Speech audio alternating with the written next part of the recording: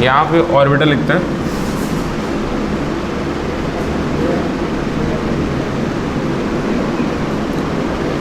यहाँ पर s orbital है, s का कोई भी एक सिंगल ऑर्बिटल हो उसके लिए l की वैल्यू 0 होती है और इसका शेप स्फेरिकल होता है, ठीक है, सेंटर है न्यूक्लियस। अगर मान लो p ऑर्बिटल है, इसके लिए l की वैल्यू 1 होती है। ये कैसा होता है? डम्बल शेप में होता है, मतलब एक्सिस बनाने की ज़रूरत नहीं है क्योंकि 3 ऑर्बिटल होते हैं, तीनों ऑर्बिटल का शेप होता है वो ऐसा होता है, ठीक है, तीनों ऑर्बिटल का शेप ऐसा होता है। और जो d ऑर्बिटल है इसके लिए वैल्यू 2 होती है, इसमें डबल डम्बल होते हैं।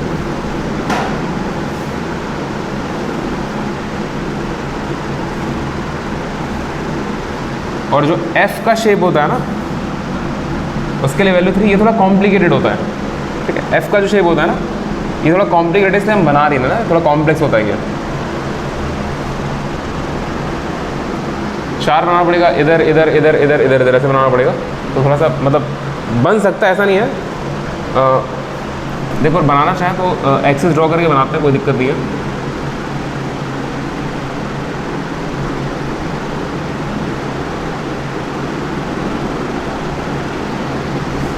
ये एक सिंगल f ऑर्बिटल है, एक सिंगल f ऑर्बिटल है ये। f के पास कितने ऑर्बिटल्स होते हैं? 7 होते हैं ना f के अंदर। अब ऐसे आपको एक ही जगह पे 7 बनाने पड़ेंगे, वो थोड़ा कॉम्प्लेक्स है। देखो 1 2 3 लोब है। देखो एक सिंगल ऑर्बिटल में ये जो चीज़ होती है ना, ये जो निकला होता है ऐसे बीच से, इसको लोब कहते हैं। तो एक लोब ये लोब हो गया और एक लोब ये भी हो गया। ये सारे भी क्या है? सब लोब्स हैं, LOBES, lobes, these are lobes. S orbital में कोई भी लोब नहीं होता है, वो स्फेरिकल सिमेट्रिकल होता है, हर तरफ एक समान। इसमें लोब दोनों अपोजिट साइड में होता है।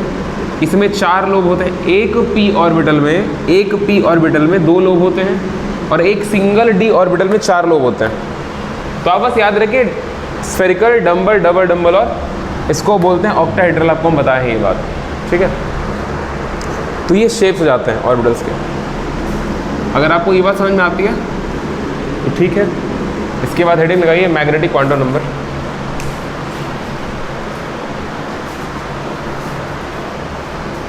जो एजीमुथल क्वांटम नंबर L होता है उससे हम लोग angular momentum, orbital angular momentum निकालते हैं। आपको बताइए ये बात, ऑर्बिटल एंगुलर मोमेंटम कैसे कैलकुलेट करते हैं?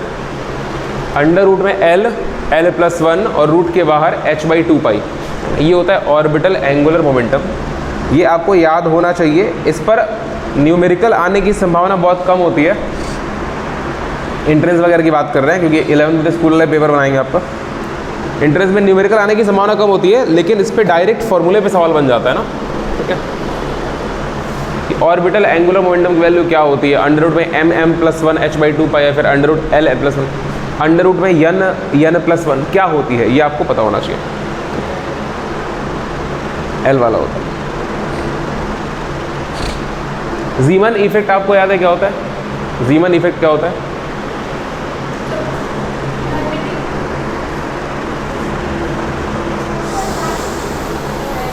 क्या, कौन सा लाइन? जब तुम वहां बैठे इसको कहाँ, कौन खोला है भाई? बंद कर दो। कौन सा line? Spectral line magnetic field में स्प्लिट हो जाता है, टूट जाता है। The splitting of spectral line या फिर the splitting of lines of atomic spectrum in magnetic field. और स्टार्क इफेक्ट क्या होता है? सेम चीज़ जब इलेक्ट्रिक फील्ड में हो, ठीक है। ये दोनों इफेक्ट आप ध्यान रखिएगा।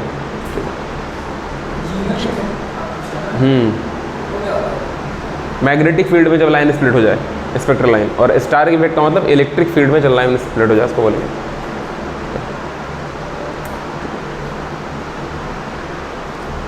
चलिए डी के हाँ ऑर्बिटल्स के नाम आपको हम लिखवाए थे ना, आपको हम ऑर्बिटल्स के नाम, एस में एक ही ऑर्बिटल होता है, इसको एस ही बोलेंगे सिंपल। पी के अंदर 3 होते हैं, एक होता है px, एक होता है py, एक होता है pz। ये जो डिब्बे बनाते हैं ना हम लोग पी के अंदर, एस के अंदर एक ही डिब्बा होता है, इसका नाम सिंपल एस है। और इसके अंदर 3 डिब्बे होते हैं, 3 ऑर्बिटल्स, एक का नाम px होता है, एक का नाम py होता है, एक का नाम pz होता है। f का नाम आपको नहीं लिखवा रहे, इसकी आवश्यकता नहीं पड़ेगी। d में 5 होते हैं, 1 2 3 और 4 बन गया 5। डी में 5 होते हैं। इस वाले का नाम होता है P X Y, sorry D X Y, पहले वाले का डी एक्स वाई, दूसरे का डी वाई जेड, फिर डी एक्स जेड, ठीक है। फिर उसके बाद D X square minus Y square, और लास्ट वाला डी जेड स्क्वायर। आपको ये बताए थे उस दिन लास्ट क्लास में, ठीक है। ये बात अगर आपको याद नहीं है तो कोई लिख लीजिए, ये आपको याद होना चाहिए, ठीक है, ये आपको याद होना चाहिए। सारे के सारे ऑर्बिटल जो होते हैं ना, एक सबशेल के सारे ऑर्बिटल की एनर्जी बराबर होती है, ठीक है। अगर आपसे पूछा जाए कि कोई डी सबशेल है, उसके किस ऑर्बिटल की एनर्जी ज़्यादा होगी, तो आप बोलेंगे सबकी बराबर होती है, ठीक है। अभी क्लास 12th में कोऑर्डिनेशन कंपाउंड पढ़ोगे तो वहाँ पर ऑर्बिटल की एनर्जी, आपस में इनकी एनर्जी बराबर होती है, लेकिन उस चैप्टर में लिगेंड नाम की एक चीज़ होती है, वो अटैक करेगी मेटल के ऊपर, तो इनकी एनर्जी में डिफरेंस आता है, ये अलग अलग एनर्जी हो जाते हैं, ठीक है। लेकिन वो अपने से नहीं होता है, कोई अटैक करता है तो होता है, लेकिन अभी आपको समझना है सबकी एनर्जी बराबर होती है। बात समझ आ रही का? तो हेडिंग लिखो एक, मतलब क्या लिखो हेडिंग? Magnetic quantum number. अच्छा ठीक है। अगर तो कोई तुमसे पूछे, अगर कोई तुमसे पूछे कि ऑर्बिटल्स क्या होता है और कैसे डिफाइन करोगे ऑर्बिटल को, ऑर्बिटल्स क्या होता है? जहाँ इलेक्ट्रॉन पाए जाते हैं। अच्छा,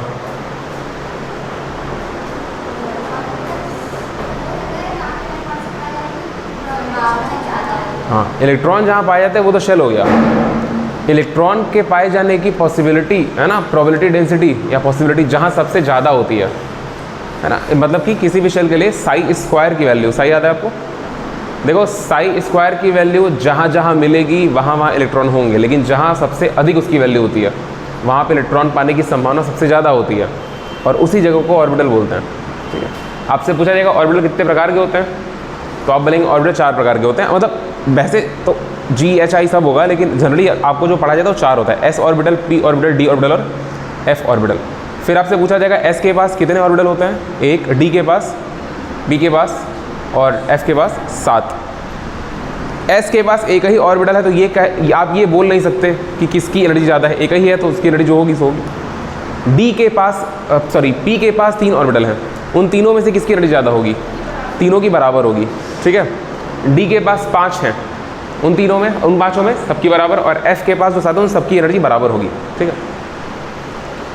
अब देखो सवाल ऐसा होता है कि एक ही, अगर ऐसे बोलें कि एक ही सबशेल के सारे ऑर्बिटल की एनर्जी बराबर होती है, सही बात है। एक ही सबशेल अगर तुम डिसाइड कर लो पहले कि किस सबशेल की बात करनी है, तो मान लो डी की बात करनी है, एक ही सबशेल के जितने भी ऑर्बिटल होंगे उन सबकी एनर्जी आपस में बराबर होगी, है ना। कई बार ऐसा भी होगा, कई बार ऐसा भी होगा कि दूसरे सबशेल होते हैं, कई बार ऐसा भी होता है कि दूसरे सबशेल होते हैं दूसरे शेल के, लेकिन उनकी एनर्जी बराबर हो जाती है, ठीक है। खैर वहाँ नहीं जाएंगे, बस आप समझिए कि जिन ऑर्बिटल्स की एनर्जी बराबर होती है उन ऑर्बिटल्स को कहा जाता है डीजेनरेट ऑर्बिटल। ये एक वर्ड है, आपको ध्यान रखना है, ठीक है। तो अपने कॉपी पे आप कहीं साइड में लिखेंगे इस बात को, हालांकि इंपॉर्टेंट है ये, देखो डीजेनरेट ऑर्बिटल्स, ये सवाल बहुत इंपॉर्टेंट है और बहुत कॉन्सेप्चुअल भी है। The orbitals having equal energy, having का मतलब the orbitals of equal energy, ये भी ज़्यादा सही है ऑफ बोलना, the orbitals of equal energy are called as degenerate orbitals।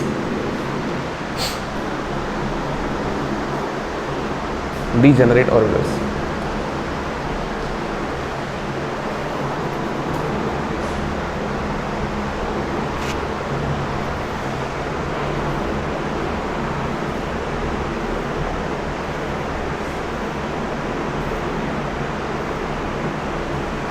हो गया? हो गया? तो दिक्कत है क्या, बोलो?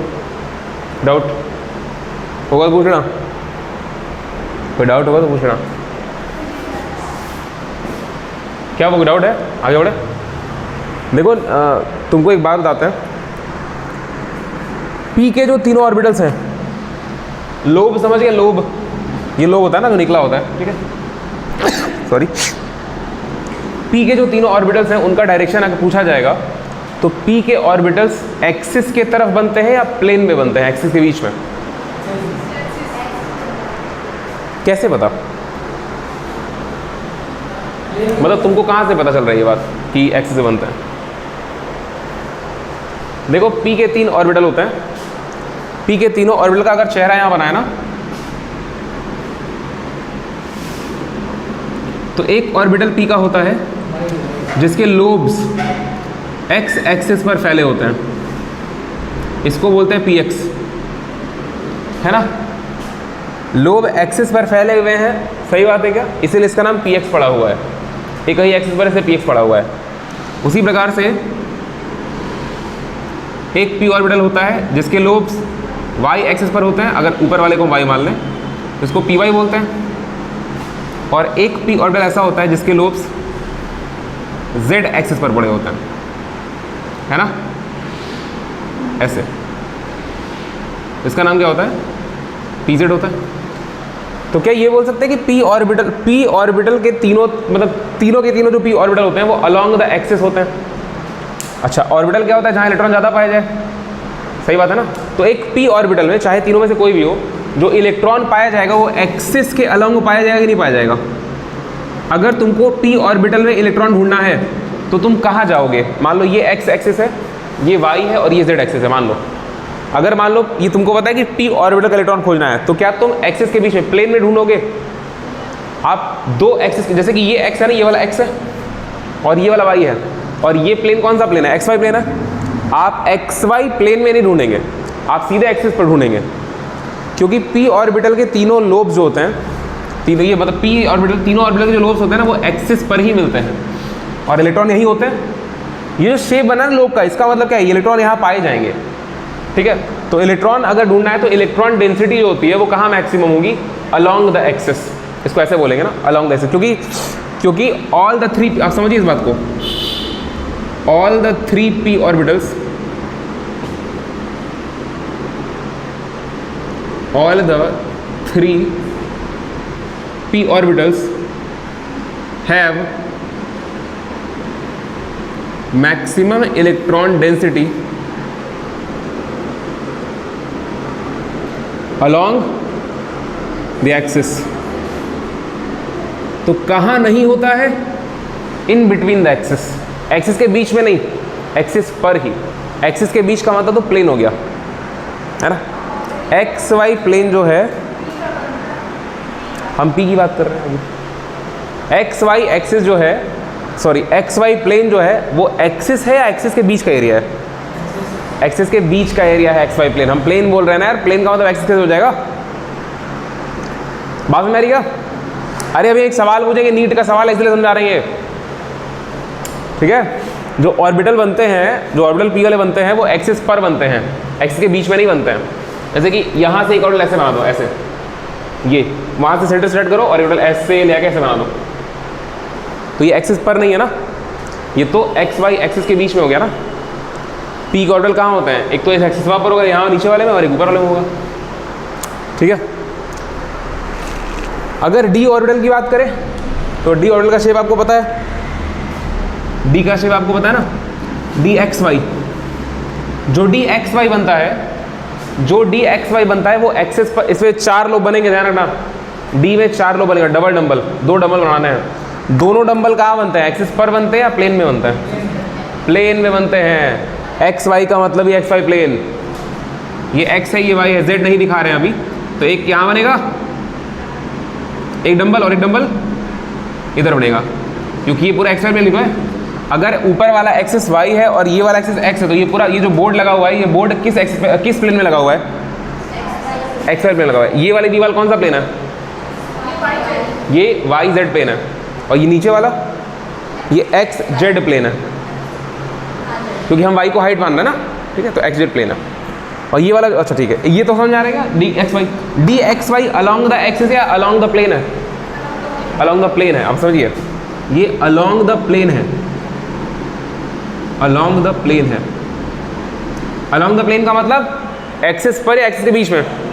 हाँ, between the axis, between the axis. इसी प्रकार से अगर हम एक और ऑर्बिटल बनाना चाहते हैं, डी वाई जेड बना लो, ठीक है।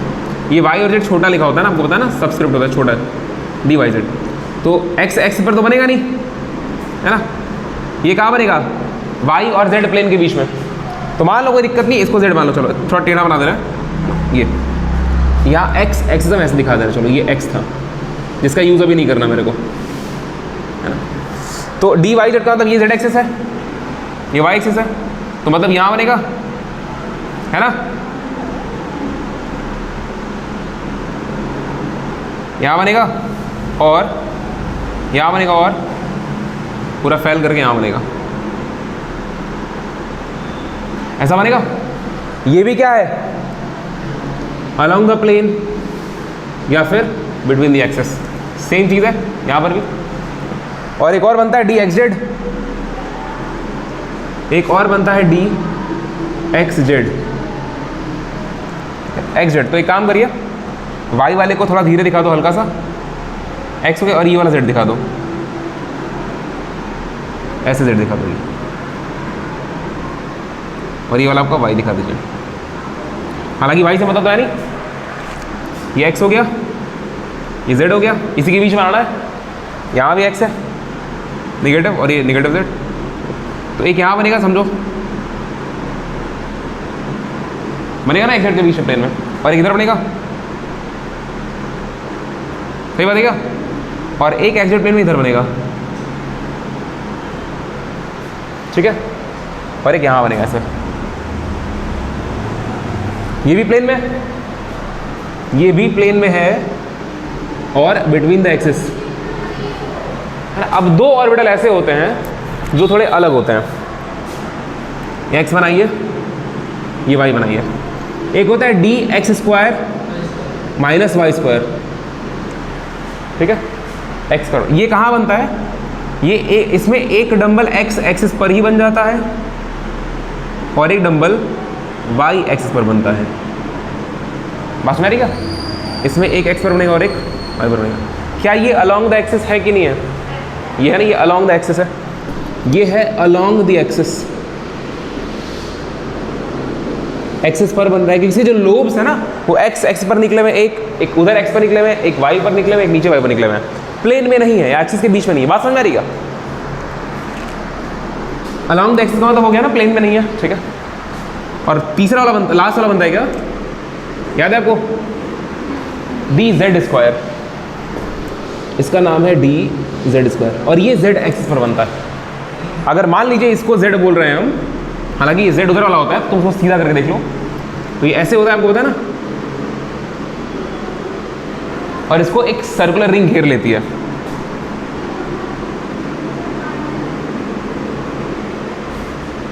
ऐसा बनता है। तो हम क्या बोल रहे हैं, हम ये बोल रहे हैं कि आप बताइए इन दोनों में से, अरे इन पांचों में से कौन से ऑर्बिटल ऐसे हैं जो इलेक्ट्रॉन डेंसिटी एक्सिस पर ज़्यादा रखते हैं, इन पांचों में से कौन से ऑर्बिटल ऐसे हैं जो इलेक्ट्रॉन डेंसिटी एक्सिस पर ज़्यादा रखते हैं। हाँ,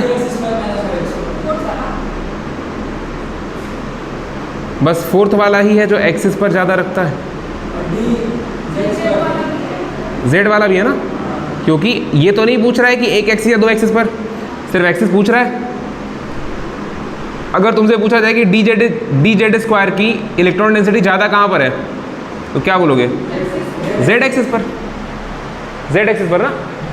तो अब सवाल देखो, सवाल क्या था, सवाल था, लिखो सवाल लिखो, कहीं साइड में लिख लेना, और कल जहाँ पर लास्ट क्लास में मतलब जो नोट किए थे ना ऑर्बिटल वाला, वहाँ पे अगर नोट कर रहा हूँ कसम को, तो वहीं नोट कर लेना, उसी पन्ने पे थोड़ा बहुत कहीं जगह बचाओ, वहाँ नोट कर लेना, नोट है ना, स्ट्रक्चर बना हुआ है सारा का सारा, ठीक है, नाम लिखा हुआ है सबका, D X square Y square सब लिखा हुआ है, ठीक है। सवाल लिखो कहीं साइड में, छोटा सवाल है 2 लाइन का, which of the following pairs of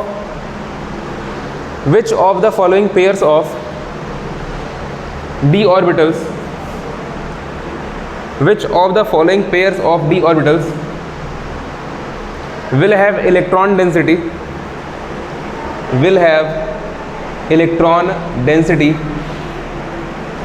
along the axis. Which of the following pair of D orbital will have the electron density along the axis. आपको हम 4 ऑप्शन लिख दे रहे हैं ना, क्योंकि आपको ऑप्शन देखने की भी आदत होनी चाहिए। कई बार होता है कि आपको आंसर आ रहा होता है लेकिन आप ऑप्शन गलत पढ़ लेते हैं, कंफ्यूज जाता है ना। ऑप्शन ऐसे लिखा हुआ है, पहला ऑप्शन है D X Y comma D Y Z, दूसरा है D Y Z comma D X square minus Y square, तीसरा है D Z square comma D X square minus Y square, और पांचवा है D Y Z comma D Z square, है ना। Answer आपको दिख रहा है थर्ड वाला, ठीक है, आप नोट कर लीजिए इसको। चलिए सेकंड वाला, इसको थर्ड कर दो, इसको सेकंड कर दो भाई। चलो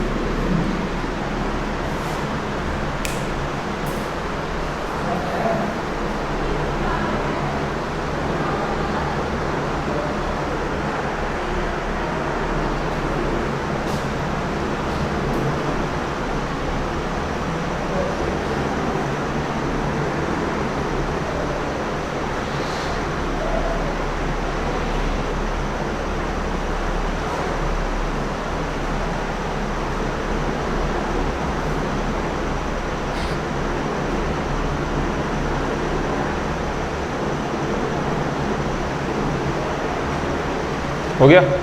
चलिए अब जो हेडिंग लगाए थे मैग्नेटिक क्वांटम नंबर, उसको कंटिन्यू करो। ब्रैकेट में एम लिख लो, लिखो it gives the information, it gives the information about, it gives the information about the spatial orientation. ये ना स्पेलिंग हम यहाँ लिख रहे हैं, ये स्पेशल नहीं लिखा हुआ है, ठीक है, ये स्पेशल नहीं लिखा हुआ है। Spatial orientation, spatial orientation of orbitals. इसके डीप पे हम नहीं जाएंगे ज़्यादा, इसके डीप में नहीं जाएंगे। आपको मैग्नेटिक क्वांटम नंबर एम की वैल्यू कैसे निकालते हैं ये बता चुके हैं। हर ऑर्बिटल के लिए एस के लिए 0 होती है, डी के लिए क्या होती है, अरे पी के लिए क्या होती है -1 0 1, और डी के लिए क्या होती है -2 -1 0 1 2, और एफ के लिए -3 -2 -1 0 1 2 3, है ना। जिस ऑर्बिटल में इलेक्ट्रॉन जाएगा उस ऑर्बिटल का नंबर एम की वैल्यू हो जाती है। स्पैटल का मतलब बेसिकली स्ट्रक्चर इन स्पेस होता है, लेकिन आप इसको बस ऐसा समझिए कि वो भी बेसिकली ये बता रहा होता है कि किस ऑर्बिटल में इलेक्ट्रॉन गया। ऑर्बिटल को ही स्पेसिफाई करने के लिए दिया गया है। ऑर्बिटल का शेप और ऑर्बिटल का ओरिएंटेशन नहीं, ऑर्बिटल का ओरिएंटेशन तो एल बता रहा था, किस प्रकार का ऑर्बिटल है। ऑर्बिटल का शेप एल बता रहा था ना, कैसा शेप है, ठीक है। आगे लिखिए स्पैटियल ओरिएंटेशन ऑफ ऑर्बिटल्स। आगे लिखिए अगला point, it is denoted by M, it is denoted by m and its value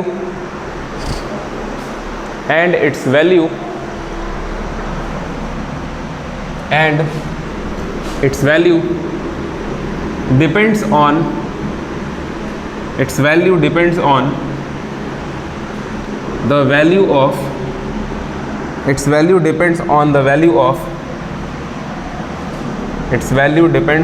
the value of azimuthal quantum number, azimuthal quantum number।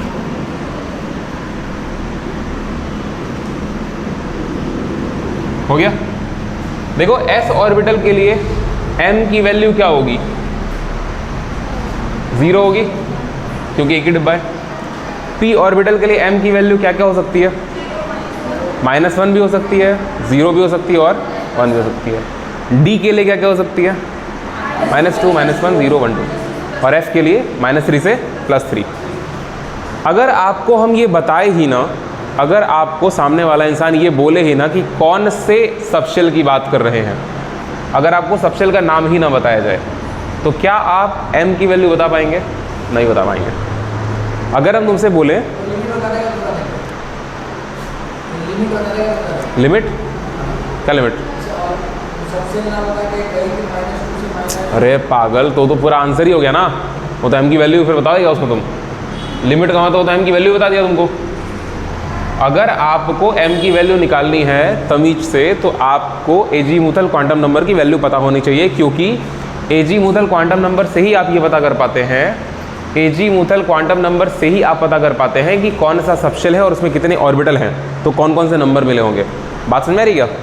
अब थोड़ा सा इस बात को समझो, क्योंकि m की जो वैल्यू है वो l पर डिपेंड करती है, देखो, और l की वैल्यू n पर डिपेंड करती है। अभी ये सब देखेंगे हम लोग ना। देखो क्या होता है कि अगर मान लो l की वैल्यू दे रखी है 1, 0 से स्टार्ट करते हैं, l की 0 है, l की वैल्यू है, यहाँ पर हम लिखेंगे ऑर्बिटल्स, और यहाँ पे m की वैल्यू लिखेंगे, ठीक है। l की वैल्यू अगर 0 है तो कितने ऑर्बिटल होंगे? एक ही ऑर्बिटल होगा, क्योंकि l की वैल्यू 0 का मतलब क्या होता है? s के ऑर्बिटल्स, है ना, s वाले सिर्फ एक। अगर l की वैल्यू 1 है तो ऑर्बिटल्स कितने होंगे? अगर l की वैल्यू 2 है मतलब सबशेल कौन सा? p, और s p d, d, और d के लिए 5, 1 2 3 और 4। और अगर यही वैल्यू 3 है तो ये 7 बनेगा, ठीक है, 7 बनेगा, ठीक है। देखो m की वैल्यू क्या क्या हो सकती है, इस बात को समझना ज़रूरी है। पॉसिबल वैल्यूज़, है ना, possible values of m, magnetic quantum number की पॉसिबल वैल्यू क्या क्या हो सकती है। देखो अगर ये है तो इसके लिए सिर्फ 0 हो सकता है ना, ठीक है, सिर्फ 0 हो सकता है,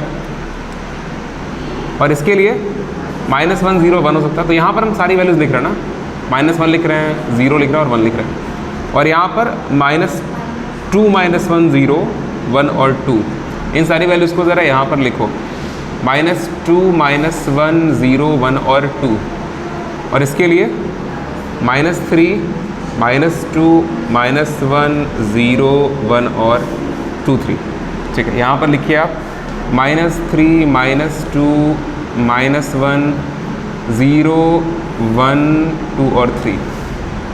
तो ये टोटल कितनी वैल्यूज़ आई?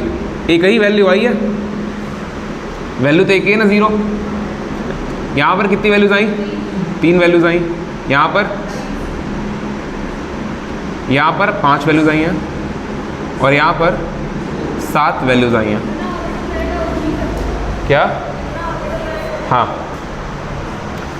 देखो क्या है कि l बराबर अगर 0 है, l बराबर अगर 0 है तो m की वैल्यू 1 आ रही है, l बराबर 1 है तो m की वैल्यू 3 आ रही है, l बराबर 2 है तो m की वैल्यू 5 आ रही है, और l बराबर 3 है तो m की वैल्यू 7 आ रही है। m की वैल्यू जब भी आएगी वो ऑड नंबर आएगी, है ना, ऑड है ना, 1 3 5 7, फिर 9 11 ऐसे बढ़ेगा। तो m की जो वैल्यू है ना, इस बात को आप समझिए, number of values of m, m के कितने टोटल पॉसिबल वैल्यूज हो सकते हैं। तो ये जब भी आ रही है ऑड नंबर में आएगा, है ना, या तो m की एक वैल्यू होगी, या तो 2 वैल्यूज होंगी, या तो 3 वैल्यूज होगी, या तो सॉरी 2 नहीं m की या तो एक वैल्यू होगी, या तो 3 वैल्यू होंगी, या तो 5 वैल्यूज होंगी, तो ऑड आएगा, ठीक है। ये पॉसिबल वैल्यूज ऑफ m हमेशा क्या आएगी? ऑड नंबर आएगी। ऑड नंबर को मैथ में कैसे रिप्रेजेंट करते हैं? 2n+1 से रिप्रेजेंट करते हैं। दुनिया में कोई भी नंबर अगर ऑड है तो इसको आप कैसे लिख सकते हैं? 2n+1। तो यहाँ पर n की जगह आप क्या लिख दीजिए? l लिख दीजिए, क्योंकि ऑड नंबर को ऐसे रिप्रेजेंट किया जाता है ना, 2n+1। अब n बराबर 0 पर 1 आता है, n बराबर 0 पे 1 आएगा, n बराबर 2 पे 2 दूनी 4 1 5 आएगा, n बराबर 1 पे 3 आएगा। तो यहाँ पर किसकी वैल्यू पे डिपेंड करेगा? m, l की वैल्यू पे डिपेंड कर रहा है ना, बस मेरी क्या। तो ध्यान रखना, m की वैल्यू निकालने के लिए ये फॉर्मूला यूज़ नहीं करेंगे। m के टोटल कितनी वैल्यूज हो सकती हैं, क्या क्या होंगी, ये तो आपको समझ में आएगा।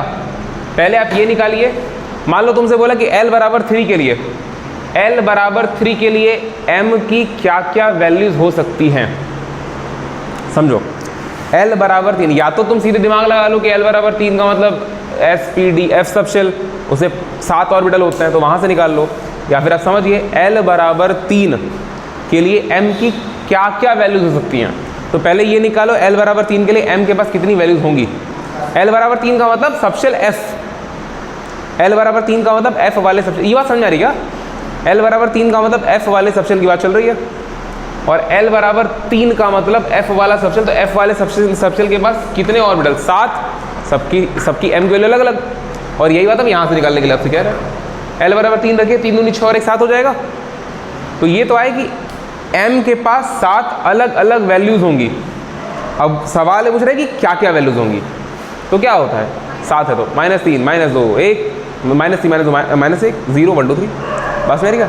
तो ये number of possible values of M है। इस बात को लिखिए आप, सीधे ये लिख लो, कोई दिक्कत नहीं है। Number of values of M समझ में आपको आना चाहिए।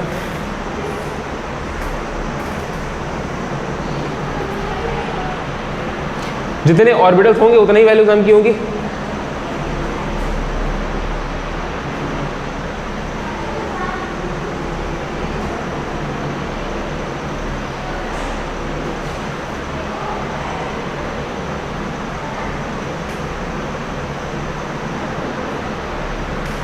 हो गया? चलो देखो, तो M के पास M की टोटल कितनी वैल्यूज होंगी? यहाँ पर एक ऑर्बिटल था तो एक ही वैल्यू है, यहाँ पे 3 ऑर्बिटल था तो 3 वैल्यूज आई हैं, यहाँ पे 5 था तो 5, 7 था तो 7। तो number of values of M जितने होंगे उतने ही नंबर ऑफ ऑर्बिटल भी होंगे। बस मेरी क्या? तो आप यहाँ पे बराबर कर लिख सकते हैं नंबर ऑफ ऑर्बिटल्स, है ना? कहाँ पर ऑर्बिटल? जहां पे L की वैल्यू दे रखी होगी, L की वैल्यू के लिए L बराबर दिया रहेगा ना, L की वैल्यू तो निकालोगे ना उसको। मान लो दे दिया L बराबर 7 L बराबर 7 दे दिया, मान लो थ्योरेटिकल कॉन्सेप्ट मान लो, ऐसे ही थ्योरी में 7 दे दिया, तो 7 का मतलब कौन सा सबशेल हुआ? नाम बता सकते हो? SPDFGHI, I नाम वाला सबशेल बनेगा। अब I के पास कितने ऑर्बिटल होंगे? तो या तो अरे डबल ना, 14 15, हाँ 15 होंगे। I के पास कितने ऑर्बिटल्स होंगे? 15 होंगे। अगर 7 आपके पास सबशेल है, सबशेल का नंबर 7 है, तो आप यहाँ 7 रखिए, 7 दूनी 14 15, M की 15 अलग अलग वैल्यूज आएगी, इसका मतलब 15 अलग अलग ऑर्बिटल्स होंगे। बस में क्या?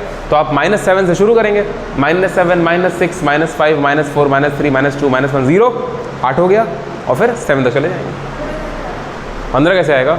ओहो, L बराबर 7 का मतलब कौन सा ऑर्बिटल हुआ? L बराबर 7 नहीं, I नहीं हुआ। L बराबर 7 का मतलब S बराबर 0 होता है ना, L बराबर 7 का मतलब SPDFGHI ऑर्बिटल हुआ। J ऑर्बिटल, J का 10, क्या 10 है ना?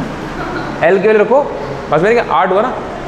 तो अरे सही बात है ना, S की वैल्यू 0 होती है ना, P की 1 होती है, तो तीसरे वाले ऑर्बिटल की, तीसरे वाले सबशेल की वैल्यू 2 होती है, चौथे वाले की 3 होती है। बस मेरी क्या? तो सबशेल कौन सा होगा ये कैसे पता करेंगे?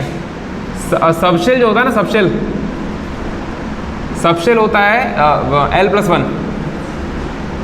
बस मेरी क्या? सबशेल L बराबर 7 रखे हैं तो 8वां सबशेल होगा।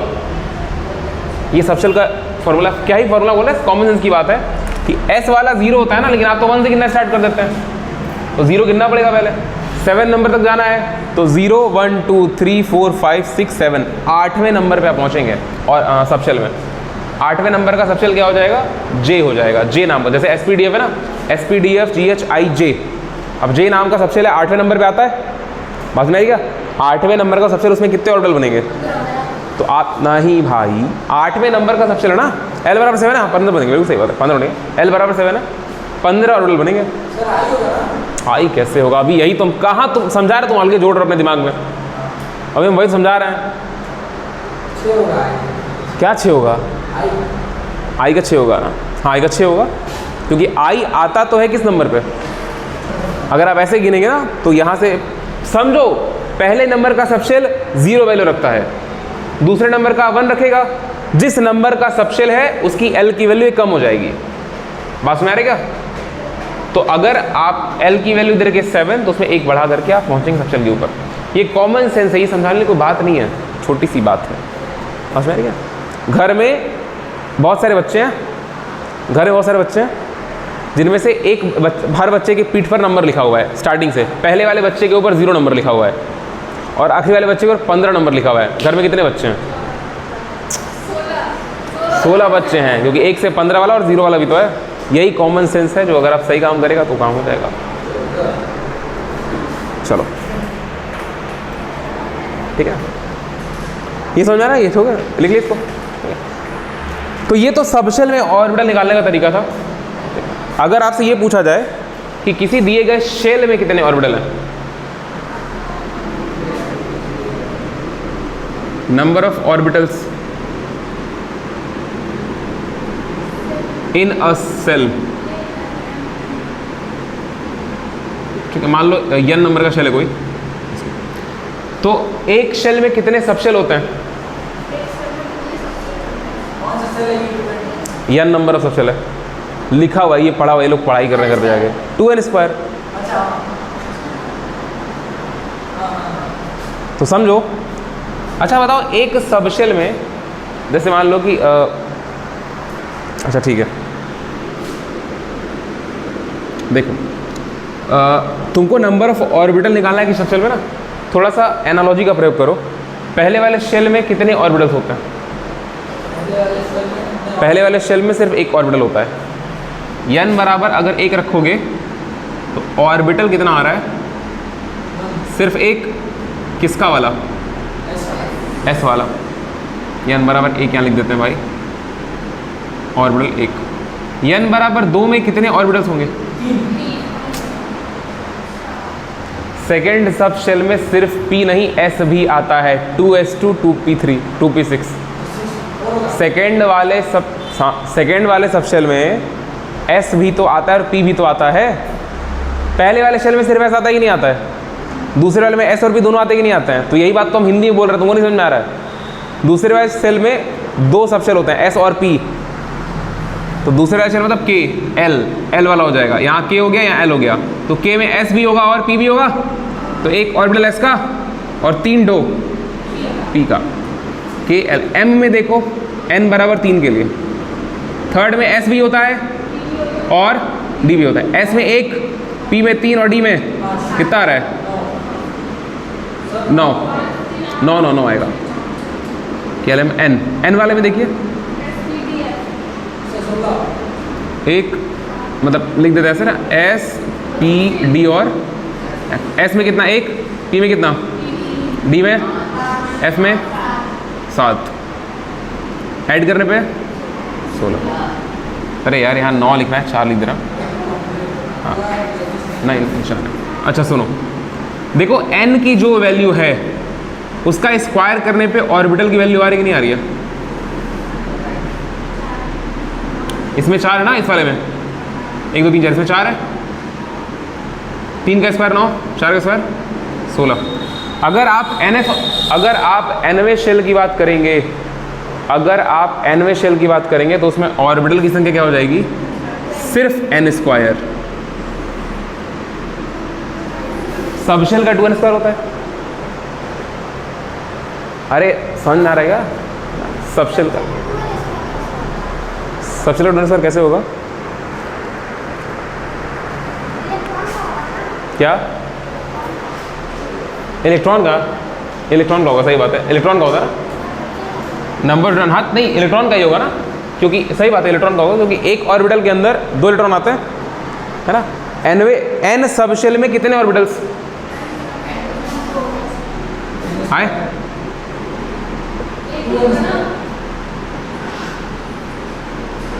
n सबशेल में कितने ऑर्बिटल?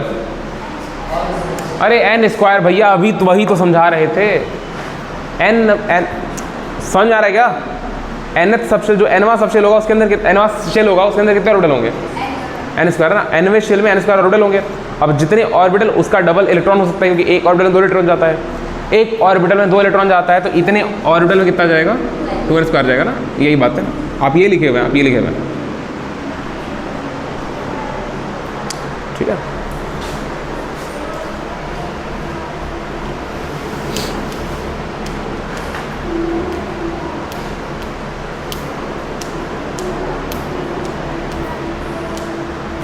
काम की बातें हैं, नोट करिए जल्दी से।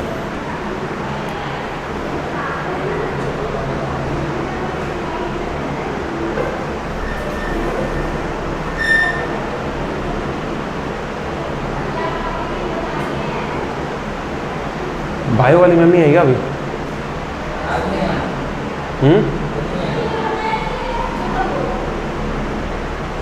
अरे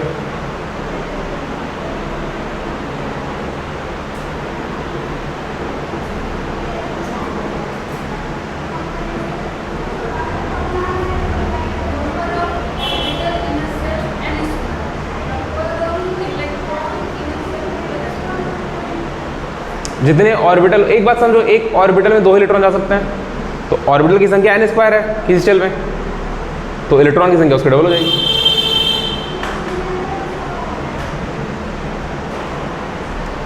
ये बहुत ज़्यादा कुछ अभी हम नहीं पढ़ा दिए हैं, बस 2 ही बातें आपको समझाएं कि किसी nवें शेल में ऑर्बिटल की संख्या कितनी होगी, n स्क्वायर, और इलेक्ट्रॉन की संख्या तो ऑर्बिटल की डबल, क्योंकि एक में 2 इलेक्ट्रॉन चले जाते हैं, इसका डबल। बस यही बात लिखी है, और कुछ नहीं लिखा हुआ है, और कुछ नहीं लिखा हुआ है जो आपको समझ में नहीं आएगा। हो गया? चलिए, तो हम, मेरी बात समझो, हम लोग क्या किए, हम लोग सबसे पहले प्रिंसिपल क्वांटम नंबर पढ़े। प्रिंसिपल क्वांटम नंबर के हेल्प से आप एंगुलर मोमेंटम निकाल सकते थे NH/2 पाई। n का मल्टीप्लाई कर देंगे h/2 पाई में, n का आप सीधे मल्टीप्लाई करके h/2 पाई में निकाल लेंगे एंगुलर मोमेंटम। फिर आप पढ़े एजीमुथल क्वांटम नंबर, बहुत सारी बातें पढ़े उसके बारे में, लेकिन एक बात ये थी अगेन कि उसका यूज़ करके भी एंगुलर मोमेंटम निकाला जा सकता था, ऑर्बिटल एंगुलर मोमेंटम। कितना आ रहा था वो? अंडर रूट में L ब्रैकेट में L+1 इंटू h/2 पाई। ठीक है, फिर मैग्नेटिक क्वांटम नंबर पे, और इसके बारे में हम आपको एंगुलर मोमेंटम के बारे में कुछ नहीं बता रहे हैं। ठीक है, आप सिर्फ इतनी बातें जाने, और m की वैल्यू कैसे निकालता है वो जाने। उसके बाद आप पढ़ेंगे स्पिन क्वांटम नंबर। स्पिन में फिर से हम लोग एंगुलर मोमेंटम की वैल्यू निकालेंगे s का यूज़ करके। बात में आ रही क्या? तो 3 क्वांटम नंबर ऐसे हैं जिनका यूज़ करके हम लोग एंगुलर मोमेंटम के लिए इक्वेशन लिख देते हैं। ठीक ठीक है, चलिए लिखिए, हेडिंग लगाइए अगला, spin quantum number. Spin quantum number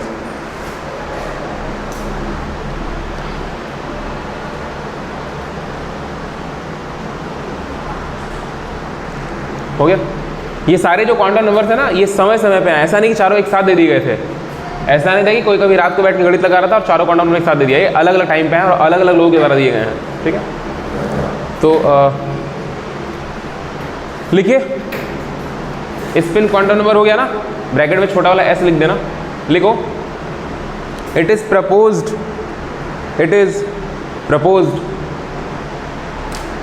as fourth quantum number. It is proposed as fourth quantum number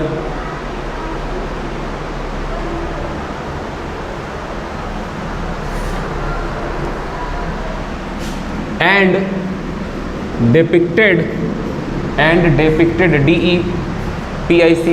depicted दर्शाना, depicted as the electron spin quantum number, depicted as the electron spin quantum number।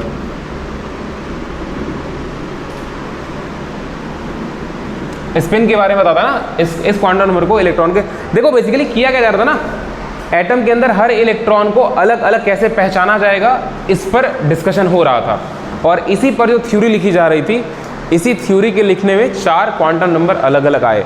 सबसे पहले atom के ऊपर देखा गया, क्योंकि अंदर सीधे घुस नहीं जाओगे, ऊपर से देखना स्टार्ट किया गया। तो जब ऊपर से देखा गया तो पहले हम लोग को शेल दिखाई दिया, वही बोहर का ऑर्बिट जो था शेल दिखाई दिया।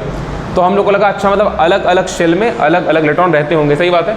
तो उसको n से दिखा दिया गया कि एक इलेक्ट्रॉन ऐसा जो शेल नंबर 1 में होगा और एक इलेक्ट्रॉन ऐसा भी हो सकता है जो शेल नंबर 2 में होगा। तो दोनों में अंतर कैसे करेंगे? तो शेल के नंबर से। ये 1वें वाला शेल का इलेक्ट्रॉन है, ये सेकंड वाले शेल का इलेक्ट्रॉन है, तो n = 1 n = 2। फिर थोड़ा सा और अंदर घुसा गया तो लोगों को दिखा कि अच्छा शेल के अंदर सब शेल भी है, मतलब 2 3 4 5 इलेक्ट्रॉन ऐसे दिख जा रहे थे जो एक ही शेल में रह रहे थे। समझ में क्या? एक से अधिक ऐसे इलेक्ट्रॉन थे जो, हेलो मैम, एक से अधिक ऐसे इलेक्ट्रॉन थे जो एक ही शेल में रहे। जैसे कि मान लो तीसरे शेल की बात करो, तीसरे शेल में कितने इलेक्ट्रॉन रहेंगे? 18 इलेक्ट्रॉन रहेंगे, 2n² से निकाल लेंगे। तो थर्ड शेल को जब देखा गया उसके अंदर 18 इलेक्ट्रॉन थे। अब अगर अलग अलग शेल में होते तो हम डिफरेंशिएट कर देते कि एक n = 3 में है, एक n = 2 में है, लेकिन सबके सब 18 n = 3 में ही थे। अब क्योंकि वो 18 n = 3 में थे तो उनमें भी अंतर करना था, तो फिर और जूम करके देखा गया, मतलब समझो इस बात को, और ज़्यादा अंदर डीप स्टडी किया गया तो पता चला अच्छा शेल के अंदर इलेक्ट्रॉन्स अलग अलग हैं सब शेल में। एक ही शेल में है लेकिन शेल के अंदर भी सब शेल अलग अलग। तो कुछ इलेक्ट्रॉन इसमें, कुछ इसमें, कुछ एस में, कुछ पी में, कुछ डी में, ऐसा था। बात में आ रही है? तो उस पर भी स्टडी किया गया। तो फिर पता चला ठीक है, अगर मान लो इलेक्ट्रॉन अलग अलग शेल में है तो ठीक है, तो अंतर कर देंगे हम शेल के हिसाब से। लेकिन अगर एक ही शेल में है तो फिर वो सब शेल उनका देखना पड़ेगा, कौन सब शेल में है। ठीक है, तो वहाँ पर एल की वैल्यू आ गई, एल बराबर 0 1 2 3 SPDF। उसके बाद फिर और ज़्यादा स्टडी हुई, समय बीता, तो लोगों को ये पता चला कि यार कुछ इलेक्ट्रॉन ऐसे भी थे जो एक ही सबशेल में थे। जैसे कि पी नाम का एक सबशेल था जिसमें 6 इलेक्ट्रॉन दिख रहे थे लोगों को, डी नाम के सबशेल में 10 इलेक्ट्रॉन दिख रहे थे, एफ नाम के सबशेल में 14 इलेक्ट्रॉन दिख रहे थे। तो लोगों को लगा कि अच्छा ठीक है, सबशेल में भी डिफरेंशिएट करना पड़ेगा। तो फिर वहाँ पर लोग और ज़्यादा डीप स्टडी किए, तो कौन सा क्वांटम नंबर आया, एम मैग्नेटिक क्वांटम नंबर आया कि अच्छा सबशेल के अंदर ऑर्बिटल्स हैं और उन ऑर्बिटल्स में डिफरेंशिएट किया गया फिर एम क्वांटम नंबर का देकर के कि अगर एक ही शेल में 18 इलेक्ट्रॉन है और उसी शेल का कोई सबशेल पकड़ लिया पी के अंदर 6 इलेक्ट्रॉन थे, तो वो 6 इलेक्ट्रॉन भी दो के पेयर में 3 ऑर्बिटल में प्रेजेंट थे। बात में आ रही क्या?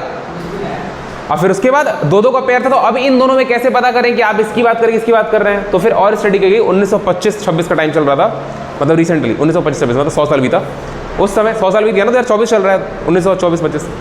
तो उस समय क्या पता चला, उस समय ये पता चला कि अच्छा ऑर्बिटल में भी जो 2 इलेक्ट्रॉन हैं वो उनकी स्पिन अलग अलग है, एक ऐसे घूम रहा है तो एक ऐसे घूम रहा है। तो उसके लिए एक और क्वांटम नंबर दे दिया गया कि अगर आपको उतना अंदर तक घुस के इलेक्ट्रॉन को पहचानना है कि एग्जैक्टली आप किस इलेक्ट्रॉन की बात कर रहे हैं, तो आप चारों क्वांटम नंबर की वैल्यू लिख डालिए, इलेक्ट्रॉन को अलग अलग कर लेंगे। बात में आ रही?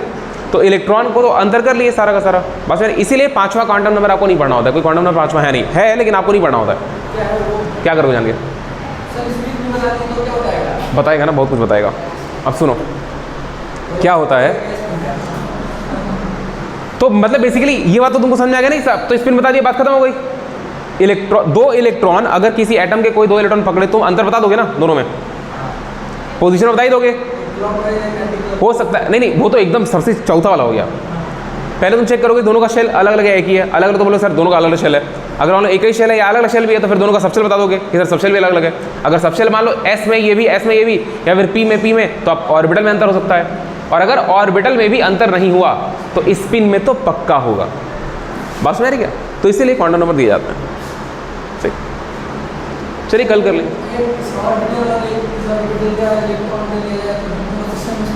स्पिन सेम हो गया, लेकिन अगर ऑर्बिटल भी सेम हो गया, सबशेल भी सेम हो गया, तो शेल तो अलग अलग है ना भाई, ये बता ना, कुछ ना कुछ अलग। इसलिए हम बोले थे कि 3 क्वांटम नंबर की वैल्यू सेम हो सकती है 2 इलेक्ट्रॉन के लिए, लेकिन चारों की नहीं हो सकती।